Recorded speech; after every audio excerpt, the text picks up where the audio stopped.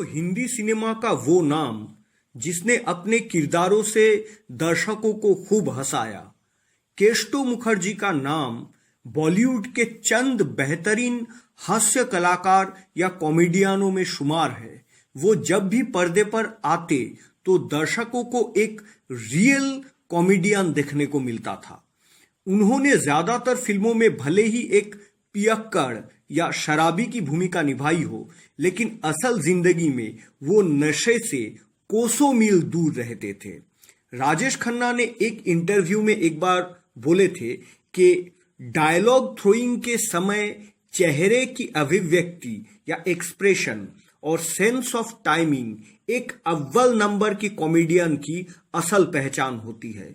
Kesto Mukherjee ने अपने 30 साल के करियर में करीब करीब 90 से अधिक फिल्मों में अभिनय किए हैं।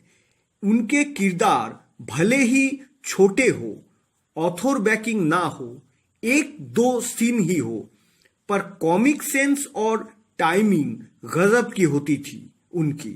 शायद इसलिए आज तक बड़े बड़े कलाकार भी उनके कॉमिक टाइमिंग को टक्कर नहीं दे पाए। सबसे रोचक बात यह है कि वो जब फिल्मों में एक शराबी की भूमिका निभाते तो उन्हें देखकर ऐसा लगता जैसे सच में उन्होंने नशा कर रखा हो, लेकिन हकीकत में ऐसा नहीं था। 1956 में आई फिल्म मुसाफिर, जिसके निर्देशक थे ऋषिकेश मुखर्जी और हीरो थे दिलीप कुमार, उस फिल्म में केस्टो मुखर्जी ने एक भिखारी के कैरेक्टर में या एक स्ट्रीट बेगर के भूमिका में नजर आए थे। ये उनकी पहली फिल्म थी और वो कैरेक्टर सीरियस था। अगर इस मशहूर अभिनेता के ड्रंक या पियक्कर किरदारों की शुरुआत की बात करें तो सबसे पहले वो इस रोल में 1970 में आई फिल्म माँ और ममता में नजर आए थे। ये निर्देशक असित सेन थे जिन्होंने पहली बार केस्टो मुखर्जी को माँ और ममता फिल्म में एक शराबी की भूमिका की पेशकश की थी। फिल्म में उनके किरदार को काफी नोटिस किया गया, काफी सराहना मिली उनको, और इसके बाद धीरे धीरे यही किरदार उनकी पहचान बनने लगी। लेकिन अपने निजी जिंदगी में उन्होंने कभी शराब को हाथ नहीं लगाए।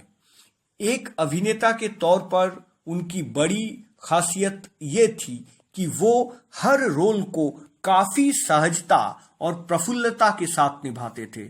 सबसे बड़ी बात ये थी कि उनके किरदार भले ही जबरदस्त ना लिखे गए हो, ऑथर बैकिंग ना हो, लेकिन अपने एक्टिंग से वो उसे यादगार बना देते थे।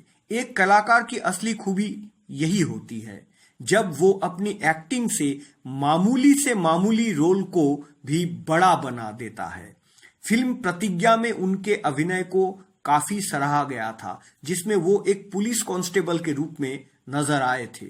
आपकी कसम, जंजीर और शोले जैसे फिल्मों को उन्होंने अपने किरदार से यादगार बना दिया।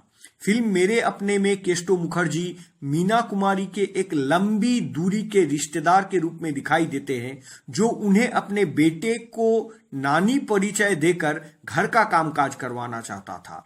केस्टो मुखर्जी गुलजार साहब के फिल्म परिचय में शरारती बच्चों के एक समूह के शिक्षक के भूमिका में दिखाई दिए। उन बच्चों ने एक कछुए के पीठ पर एक जलता हुआ मोमबत्ती रखकर उसे डरा दिया था।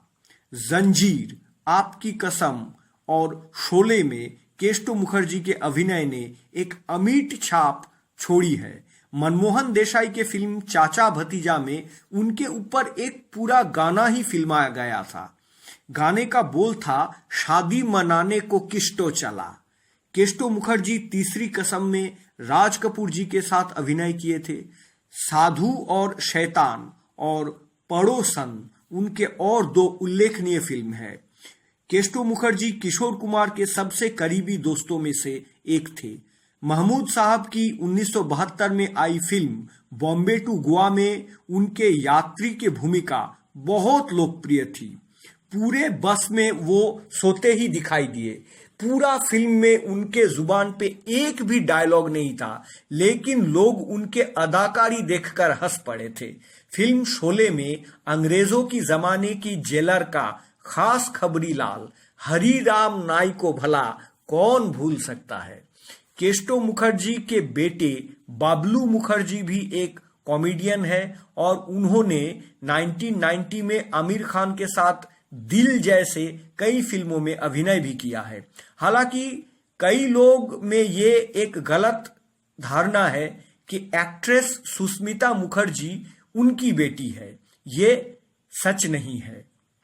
केस्टो मुखर्जी 2 मार्च 1982 हमें छोड़ के 76 वर्ष के उम्र में चले गए। दोस्तों